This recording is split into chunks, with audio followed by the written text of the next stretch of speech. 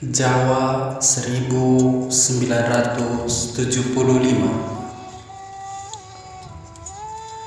Panggil saja Ridho. Ya Ridho, seperti biasa, dini hari Ridho selalu terbangun pukul 2 waktu Indonesia Barat. Menjadi minoritas di Jawa yang mayoritas non-muslim bukanlah alasan untuk tidak beribadah. Bangun dini hari untuk melaksanakan sholat sunnah tahajud. Jadi si Ridho ini anak yang alim dan suka beribadah, ibadah wajib ataupun yang sunnah, serta suka dengan puasa Senin Kamis. Kembali ke cerita. Bertepatan dengan malam Jumat Kliwon, di mana menurut orang Jawa sebenarnya malam yang sakral selain malam Jumat Kliwon. Kebetulan aku di rumah sendirian karena kakek dan anak-anaknya sedang berlibur ke pulau. Jadi si Ridho itu ditinggal sendirian di rumah kakek. Dia tidak ditemani siapapun, hanya seorang diri. Kembali ke cerita. Bertepatan juga dengan bulan hantu, di mana menurut kepercayaan orang Jawa bahwa bulan hantu adalah bulan di mana roh dan hantu nenek moyang atau almarhum diyakini berkeliaran di antara yang hidup selama bulan ke-7 kalender tradisional yang dimulai pada tanggal 22 Agustus.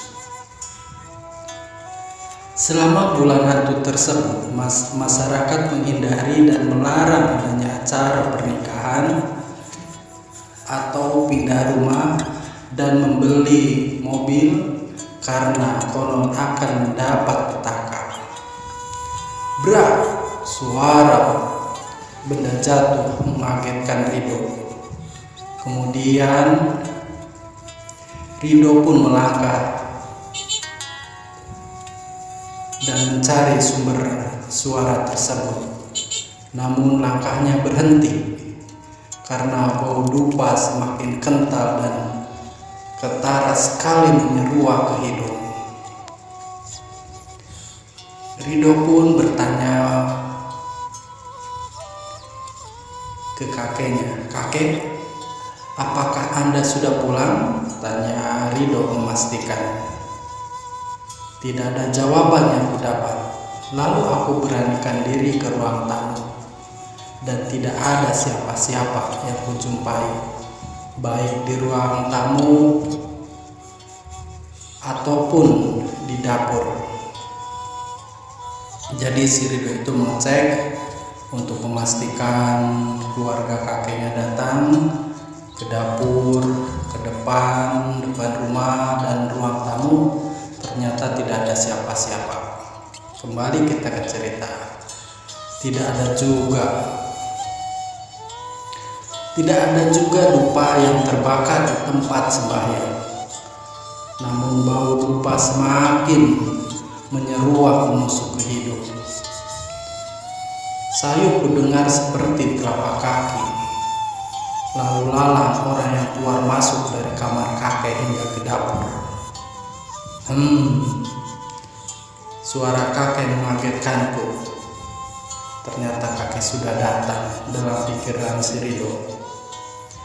Aku hanya diam melongo melihat wajah kakek yang pucat pasi. Bau dupa pun semakin kental membuatku kian tak nyaman. "Kek, apakah Anda sakit? Apa ada yang perlu saya bantu?" tanya Ridho. Karena melihat kakeknya pucat pasi, akhirnya si Ridho bertanya seperti itu. Namun tak ada jawaban. Kakeknya pun berlalu meninggalkan Ridho di tempat sembahyang. Esok harinya, setelah sholat subuh, Ridho masuk ke kamar kakeknya untuk memastikan kepulangannya. Terkejut karena kamar masih kosong, tidak ada orang juga. Tidak ada koper dan barang-barang yang kakek bawa. Lalu siapa yang semalam menyerupai wajah kakek? Batinku berkesan. Jadi si Ridho itu ditinggal di rumah, kemudian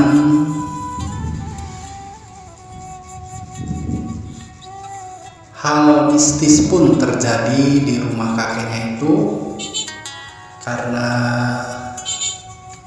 di malam Jumat Kliwon biasa kalau kata orang Jawa itu sangat wingit kalau di Jumat Kliwon itu, dan dia pun akhirnya percaya kalau di malam Jumat itu banyak demit, banyak setan yang berkeliaran di luar rumah ataupun di dalam rumah.